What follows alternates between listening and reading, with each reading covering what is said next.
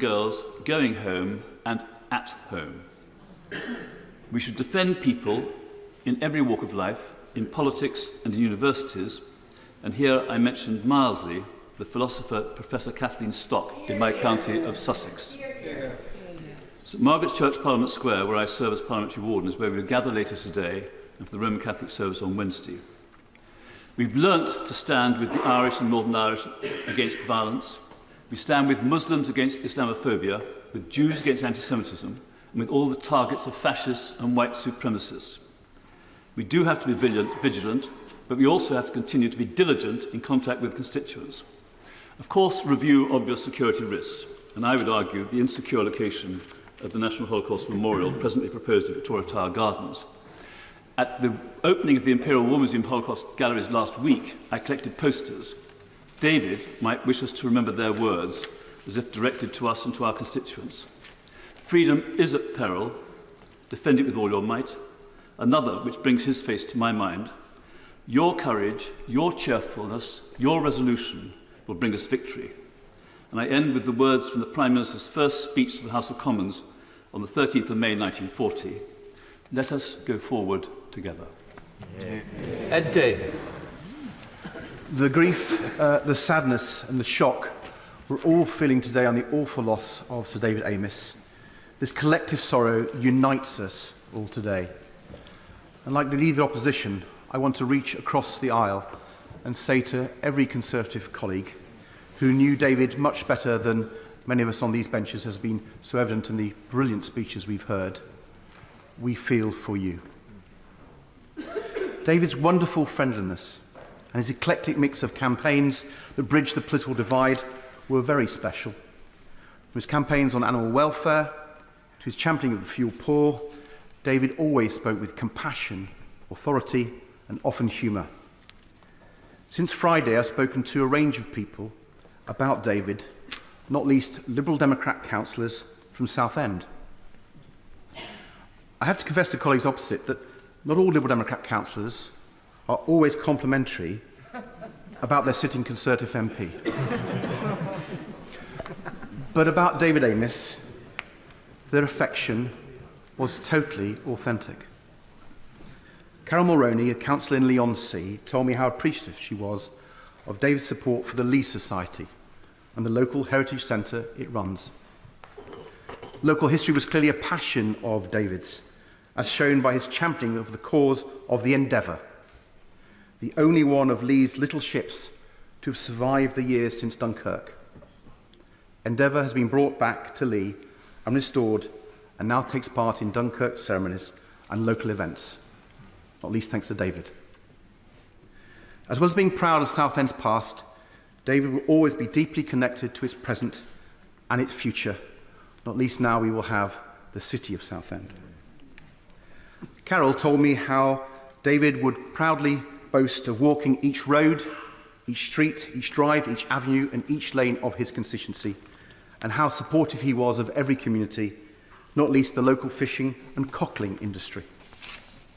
Mr. Speaker, every community needs champions like David.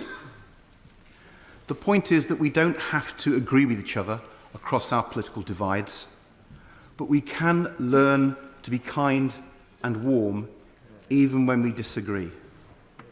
David was. Today is not the day for discussing the implications for MP security and so on, but I do want to reflect on what happened to one of my close colleagues from these benches nearly 21 years ago.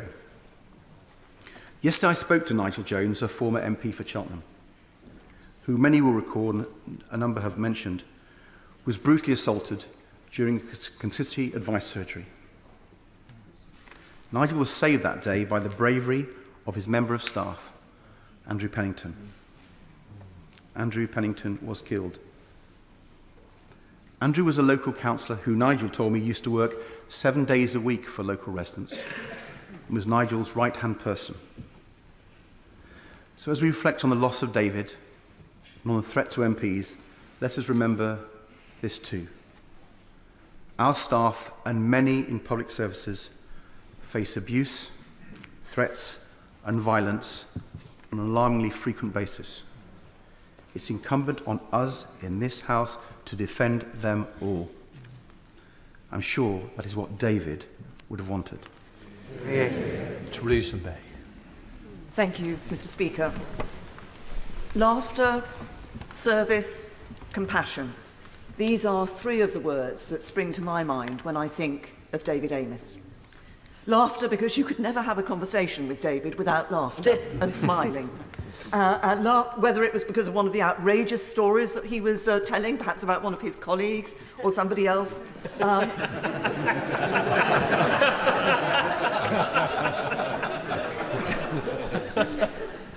there was always smiles, always laughter, always fun around David.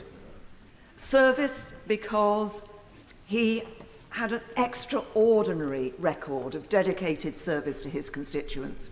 And I suggest to anybody who wants to be a first-class constituency MP that you look at the example of David Amess. He was deeply embedded in his constituency and, as we all know, championed it on every possible occasion. I don't think a question or speech from David went by in this House without his constituency being mentioned in it. But he didn't just promote his constituency here in the House. He was a part of it. He understood it. He knew it. He was in the community. He was of the community. And he was respected and loved by the community. His death is tragic, and the manner of his death appalling. But isn't it fitting that his last acts were acts of service to his constituents? And then there was David's compassion, born out of and strengthened by his faith. Compassion for the vulnerable, compassion for those in need. But he didn't just talk about it, he acted. He changed laws. He went out there and made a difference to people's lives. Because he was also an accomplished parliamentarian, and he knew that a backbencher who is dedicated and resolute can make a real difference.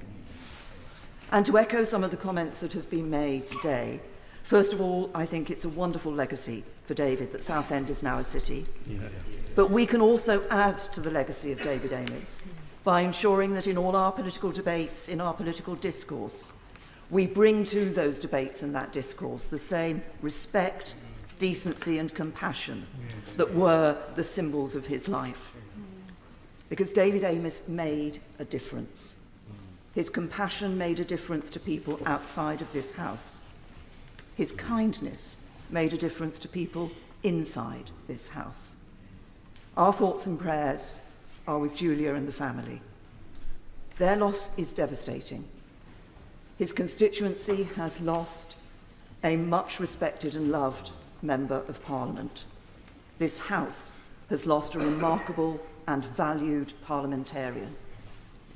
And every member of this House has lost a friend. May he rest in peace. Mike Kane. Thank you, Mr. Speaker. As been alluded to, Sir David was a man of deep Catholic faith. The Gospel of John, chapter 10, verse 10, reminds us that the Lord came not just to give life, but to give it in abundance. And David lived his life in abundance, a joyous service both to his constituents and here in this house. We would see him late at night, often in a tuxedo, going from charitable concern to charitable concerns, championing the causes he believed in. He looked good in a tuxedo. No Daniel Craig, but this was no time to die either. My wife reminded me of the time where we went to the beatification in Rome of John Henry Newman just before lockdown. A beautiful service presided over by Pope Francis. We were whisked to the Oratorian College on one of the mountains of Rome overlooking Vatican City, where Prince Charles addressed us brilliantly. And then the royal cavalcade rushed out.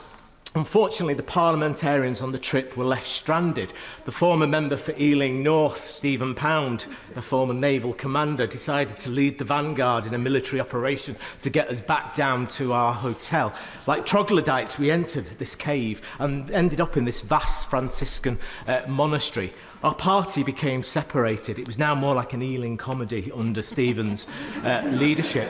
My wife reminded me that I abandoned her and her safety to a lifelong Labour activist, my wife, to 3 Tory MPs getting stuck in a lift, including Basildon Mann, she said, because he was still etched on our 1992 election memory. The other 2 MPs, by the way, were North Dorset and the Fylde Coast, so I will catch Mark and Simon up about what went on in that lift, because my wife said, what an utterly wonderful man. He participated fully in the liturgy of the church. He participated fully in the sacraments of the church. While I have the attention of the front benches, Catholics believe that extreme unction helps guide the soul to God after death. So maybe we could come up with an Amos amendment, no matter where it is, in the care home or at a crime scene, that members, anybody, maybe can receive that sacrament. He believed fundamentally in the social teaching of the church, dignity, solidarity, subsidiarity to the nth degree when it came to Southend, preferential option for the poor and the care for environment. That meant he came with unique views on things such as life, death, Europe, animal protection. Sometimes in chime with his party, sometimes in chime with the country, but sometimes not. He channeled the 14th century mystic, the Julian of Norwich. She said, all things shall be well and all manner of things shall be well. That's difficult for us all here today. His cheeky catchphrase was, don't worry, it will be fine. Not quite Bruce Forsyth, but he was a friend of Bruce Forsyth's and his family. He did not die a martyr, but he died, as has been said, by doing the things he loved, helping constituents. He would have known, the theologian Karl Rahner would have said, that power was a gift from God. That portcullis on the top of our letterheads gives us all that power, whether on the front bench or whether in opposition or whether on the back benches. Let's recommit to Sir David today that we will use that power for the common good. He died on the feast of St. Teresa of Avila, and she said this famously: trust God that you are exactly where you are meant to be. May you not forget the infinite possibilities that are born of faith. Many of you use those gifts that you have received and pass on the love that has been given to you. David used those gifts and he passed on that love. So, Sir David, may the choirs of angels come to greet you. May they lead you to paradise. May the Lord enfold you in his mercy. May he grant you eternal life. Eternal rest give to him, O Lord, and let perpetual light shine upon him. May his soul and the souls of all the faithful departed, through the mercy of God, rest in peace. Amen. Andrew Rossendale. Mr. Speaker, it was a true privilege to have known David Amos. He was simply one of the best people I've ever known in my entire life. He was a true friend. He had time for each and every one of us. He looked down on no one. He was everyone's equal. He was kind. He was generous. He was sincere. He was a man of principle and courage. He was uncompromising in what he believed to be right. He wasn't one of these who changed his views in order to progress. He knew what he believed in, and he stood firm for those things. He was a man of enormous integrity, but he was a true friend to so many of us. I knew him for around 40 years. We became friends instantly because we shared the same political views, but we came from the same background. I am from Essex. Some say East London, but I say Essex. And he knew that our instincts coming from that neck of the woods were the same, and we hit it off from day one. We were committed to this country. We love our country. He was a passionate believer in Britain, a true patriot. He was a royalist. He was never afraid to fly the flag and to champion great British values. He was a Christian and was proud to be a Christian and uphold the Christian heritage of this country. He also loved animals, as I do. And he almost loved my dogs as much as I loved his dogs. And many occasions visiting his home in Southend, often taking my own elderly mother, and he had an elderly mother who lived till 104, and when his mum died, he spoke to my mother as if it was his mother. He treated me like family. And my heart goes out to Julia and the 5 children, who were wonderful people. He had a fantastic family, and he was so dedicated to his constituencies, Basildon and Southend West. He lived for them, and he did sacrifice everything else to put his constituency first. And I will say this, Mr. Speaker, the one legacy we must hold true to David is not to let his horrific murder, the horrific way that he left us, to change our democracy. I remember the day after the appalling Grand Hotel bombing in Brighton in 1984, and I remember Margaret Thatcher, and he was a dedicated supporter of Margaret Thatcher. I remember her saying, "It's business as usual. We must carry on." And I take the same view. Whatever happens, whatever we do to carry on and protect ourselves, we must not let our democracy be undermined by that kind of evil. Yeah. We must stand up to evil, defend our democracy, cherish the freedom that gives all of us the right to be here and represent our constituents, and defend and cherish the freedoms and the liberties that have held our country together for generations. David was a fine example of a parliamentarian, a magnificent constituency MP, a true friend, a gentleman, a truly wonderful human being. We're going to miss him, but I feel truly privileged to have known him. Thank you, David. God bless you. Yeah. Sir Geoffrey Donaldson. Thank you, Mr. Speaker. On behalf of my right honourable and honourable friends, I rise to record the